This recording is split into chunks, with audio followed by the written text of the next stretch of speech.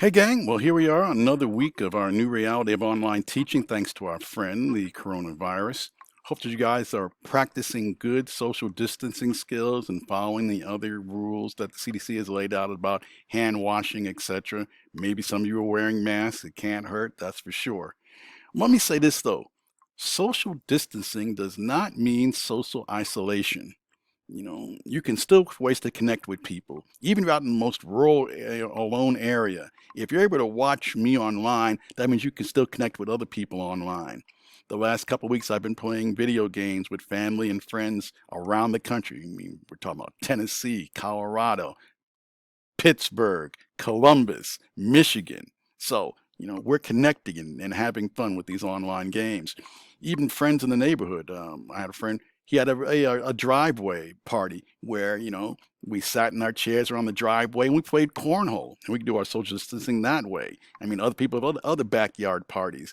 I've seen on the news where, students get together, they go to like their local drive-through McDonald's or whatever, grab their burgers, and then they'll go to their high school parking lots, and then they'll sit in a big circle in their parking lots on hood of their cars to be able to connect with one another and maintain good social distancing skills, but still be able to have that interaction with other people. So, remember, social distancing, good. Social isolation, bad. If you're watching me again right now, you can still connect with people. All right, that's my little spiel for today. It's himself. Let's get to work. All right. We've talked off and on throughout the semester about the issue of fake news and critical thinking and stuff like that. And fake news has been an issue going back centuries and centuries and centuries.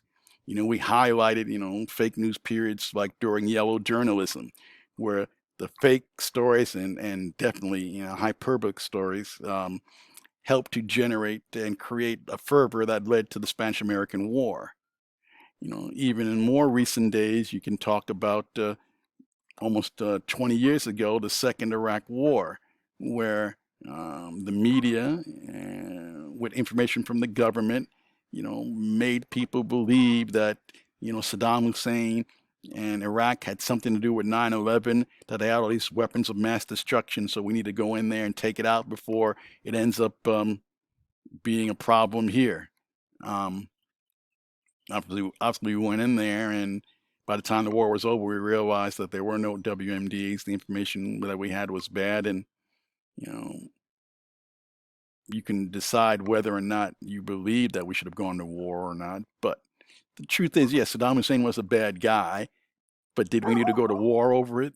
Well, that's going to be for history and you guys to decide later. But that was almost 20 years ago. So people were saying, well, you know what? We're much more sophisticated now. We've got better information, access to more information than we did right now. We've got social media. Every generation seems to believe that because we're a little bit older and we got more technology, we're better. But is that necessarily the case? Those who grew up in Louisville, lived in Louisville, like 5 or 6 years ago, may remember this. And it's probably going to be a commercial before we get to it. A number of people that have reached out to us. LNPD is hearing from Louisvillians concerned about random violence this Friday night. It spread like wildfire on social media after this post on Facebook and Twitter. What looks like a movie poster for the thriller The Purge instead reads Louisville's The Purge, Friday, August 15th from 8 p.m. to 6:30 Saturday morning. We're going to take any threat that we receive, particularly one that encourages and incites violence against our community. We're going to take that seriously and investigate that as thoroughly as we can. In the film, announcing the commencement of the annual purge, random violence begins. At the siren, all crime, including murder, will be legal for 12 hours. Concerns on our Facebook page range from, I'm sort of concerned to go outside any on Friday, to this is scary. Never know what people are capable of. This is absolutely terrifying. Another person said, wondering if the police department is aware. And please tell me this is a joke. No joke to Metro Police. They met about the post Wednesday. The heightened awareness comes after mob violence in March, starting when a group of teens walked up to Jean Henry and her family, her husband beaten and kicked in front of their young granddaughters. The violence continued downtown as security cameras rolled. Nothing like this has happened in decades. Police put more officers on Thunder over Louisville and the Pegasus Parade after a leaked FBI memo indicated a gang planned random attacks. Nothing happened. Police want it to stay that way again, with several big events this weekend. So, as a department, I believe that we're adequately prepared for anything that could arise. So there you have it, the Louisville Purge, which obviously thank goodness never happened, but And it blooms with flavor, honeyed, earthy, and rich. But while a fig tree is one of the hardiest, don't you just love when you get commercials in the middle of your talk? here, glory. There we go. So, yeah, and I'm quite sure if we look long enough, we can find a whole bunch of other things that were fake news. Interestingly enough, the movie The Purge was actually inspired by an episode, or one of the inspirations for it was an episode of the original Star Trek back in the 1960s. I believe the episode is called The Return of the Archons or something like that. Or maybe Landry. I should have looked it up before I started talking with you guys. Anyway, there's a scene in there where, because the society is so controlled that they allow every now and then a night of random violence. And so, Kirk and his crew, if you're not an original Trekkie like I am, Kirk and his crew happened to land there right before what was called Festival. And Festival is just like, people could do anything, they would just let loose to, create, havoc. And it ran from like 6 p.m. to like 6 a.m. the next morning. And so, people were rioting and breaking windows and creating all kind of havoc. But all right, little history lesson for those of you like me who are old, and that's none of you guys in my classes. So I don't even know why those of you like me I should even say that. Anyway, that leads to this. When we're talking about radio now, and one of the biggest and scariest fake news stories happened in the early days of radio. People thought now with radio out there, especially since we still had a high level of illiteracy and people weren't reading newspapers or books, radio was their main way of entertainment. It was their main source of news and information. And so they just believed that if you heard it on the radio, then it must be true. And there was an event that happened that proved that the power of radio was more than some people wanted to imagine. So let's watch this.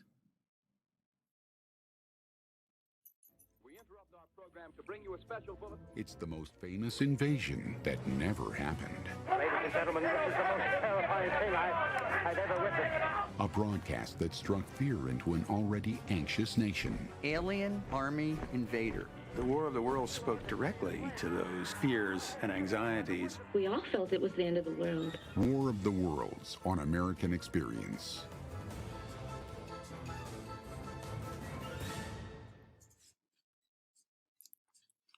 You guys are going to be, how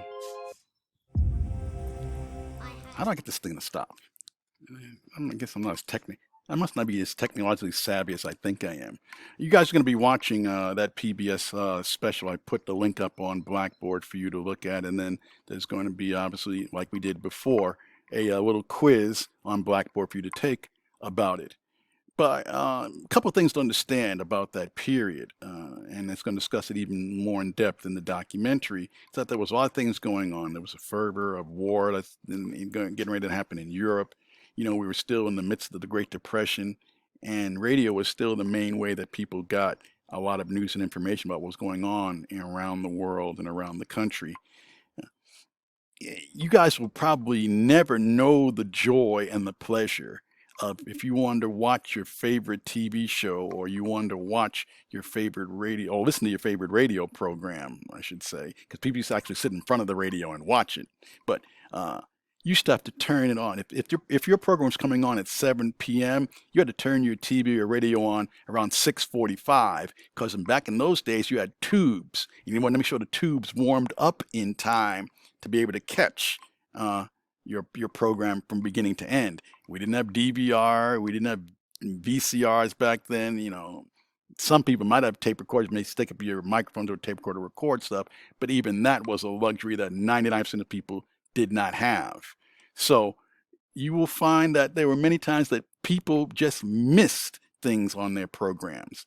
And as no different today, people did a lot of what they call channel surfing, skipping from one station to another, so that some people missed the beginning of the program because they hadn't had their radio warmed up. Others were flipping back and forth, to other stations and missed the beginning of the program. And it just led to a nationwide panic.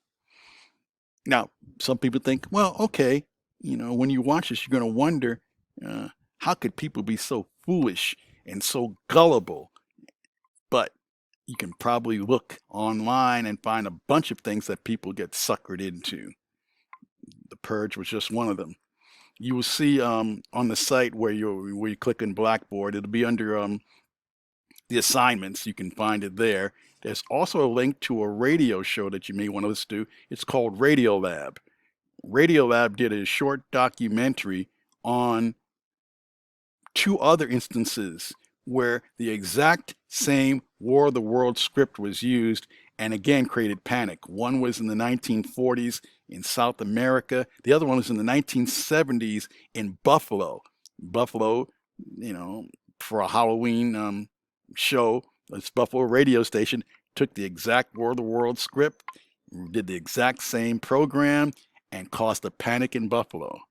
So I guess the bottom line is we also pay attention to, stuff that's given to us. Fake news continues to go all the time. A perfect present day example is there was a lot of news spread that black people can't get the COVID virus. There's been websites and blogs and posts, et cetera, et cetera. Well, we know that's bogus right now because look at how many black people have gotten sick. The actor Idris Elba, who was in a couple of the Avengers, or at least the Thor movies, he played, what was the character he played? The gatekeeper, Hamdar, I think his name was, He's sick with it. And if you've been watching the news, you've seen there's been a significant number of people of color, black and Latino, who have gotten this virus. So it's real easy for fake news to be spread. But that's why we have to make sure we do our due diligence in paying attention to the information that we take in and vet it as best we can. But watch this documentary, look at what happened, realize that it can still happen again and again and again. Take the quiz and even listen to the other little documentary about using the same War of the Worlds scripts and still causing the same panic among people. You guys be safe out there. Remember, if you need me, you've got my cell phone number to text or call, or you can always email me. Talk to you soon. Peace out.